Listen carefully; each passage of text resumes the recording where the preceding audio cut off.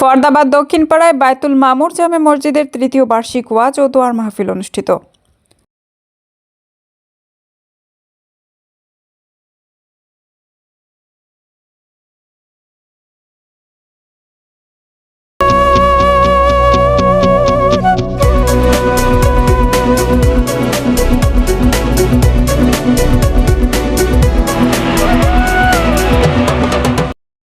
আসসালামু আলাইকুম।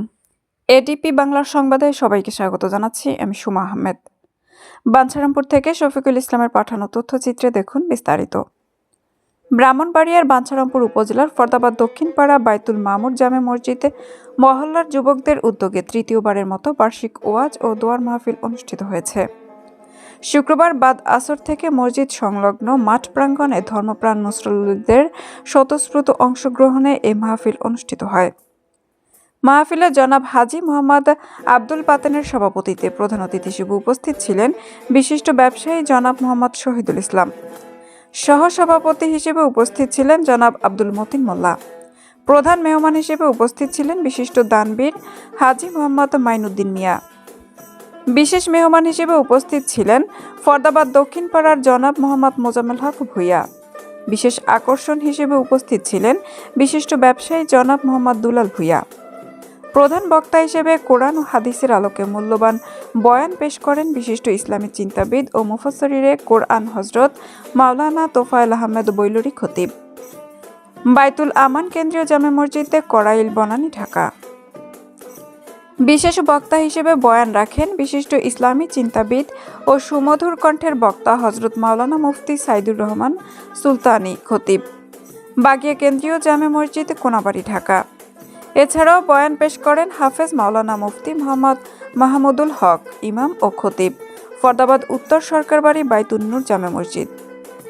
মাহফিলে বিশেষ অতিথি হিসেবে উপস্থিত ছিলেন বিশিষ্ট সমাজসেবক মোহাম্মদ হান্নান মিয়া, মোহাম্মদ হারুন ভূঁইয়া, মোহাম্মদ গিয়াসউদ্দিন, সার্জেন্ট মোহাম্মদ আবুল হোসেন ভূঁইয়া, সার্জেন্ট হাজী আব্দুর রহিম ভূঁইয়া, হাজী মোহাম্মদ শিশু মিয়া, বিশিষ্ট ব্যবসায়ী মোহাম্মদ মোনায়েম আহমেদ, সমাজসেবক সার্জেন্ট শফিকুল ইসলাম ভূঁইয়া এবং সৌদি প্রবাসী মোহাম্মদ ইকবাল হায়দার সহ আরও অনেকে।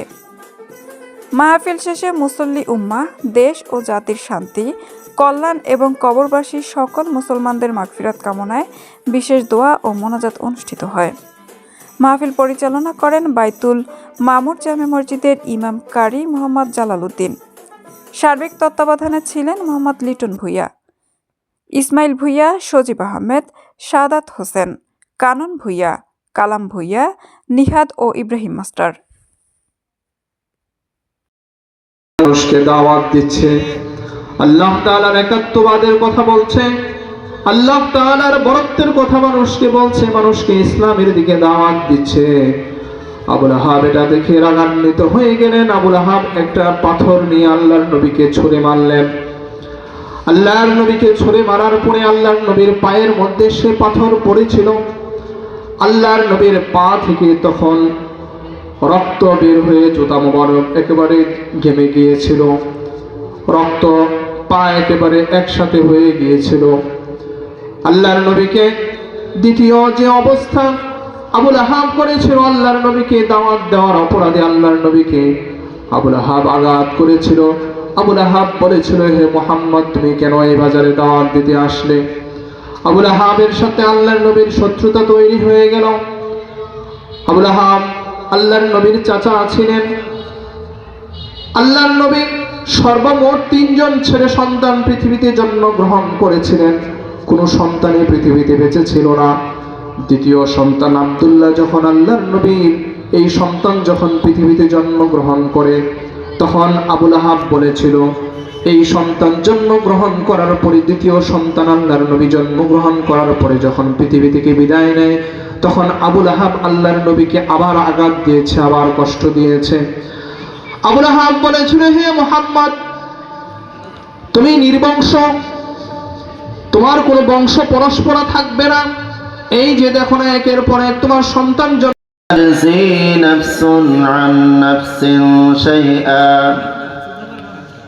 ولا يؤخذ منها ولا يقبل منها ولا يقبل منها شيء ولا هم ينصرون আল্লাহ রাব্বুল আলামিন এই আয়াতে কারিমার মধ্যে ঘোষণা করেন ওয়াত্তাকু ইয়াওমান লা তাজজি নাফসুন আন নাফসিন শাইআ, তোমরা ওই দিনকে ভয় করো যেদিন কোনো কারো কাছ থেকে বিনিময় গ্রহণ করা হবে না, একে অপর থেকে বিনিময় ঋণ পরিশোধ করার কোনো সুযোগ থাকবে না। ওয়ালা ইউকবালু মিনহা শাফাআতুন, এবং একে অপরের জন্য কোনো কারো পক্ষ থেকে সুপারিশ গ্রহণ করা হবে না। যেই মা 10 মাস 10 দিন আমার গর্ভে বোঝা বইছেন, আয় আল্লাহ, আমি যখন মার গর্ভে গেলাম মার খানা রুচি নষ্ট হয়ে গেছে, মা শুকায় কঙ্কাল হয়ে গেছে। আয় আল্লাহ, আমি যখন মার গর্ভের বয়স 8 মাস 9 মাস হয়ে গেল, স্বাভাবিক নিয়মে মার ওজন বেড়ে গেছে, মা আমার নিয়ে চলতে পারে না, একটা রাত্রেও মা আরামে ঘুমাইতে পারে না। আয় আল্লাহ, সারাদিন উঠান বাড়ি ঝাড়ু দিয়া ভাতের প্লেটটা নিয়ে মা খাবার খাইতে বসছেন, আমি 2টা পা দিয়া মার কলিজায় খুসাইয়া খুসাইয়া আঘাত শুরু করে দিয়েছি। মা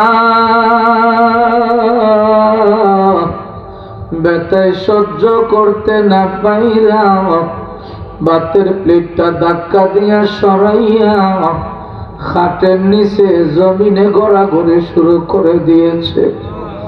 আমার বাবা দৌড়ায় গিয়া জিজ্ঞেস করেন, কি হয়েছে তোমার?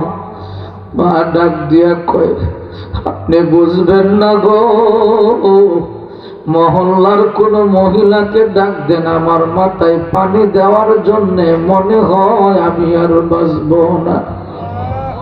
স্বামী, আমি যদি মরে যাই গো, আমারে মাফ করে দিয়েন। আমার আব্বা আম্মারে বললেন গো আমারে ক্ষমা করে দেওয়ার জন্য। আয় আল্লাহ,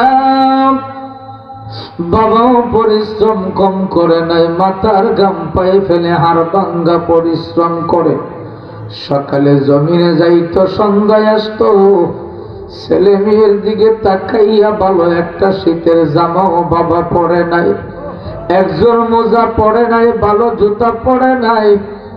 মা যদি কখনো সময় বলতো প্রচন্ড শীত পড়ছে, একজন মোজা কিনেন, জুতা কিনেন,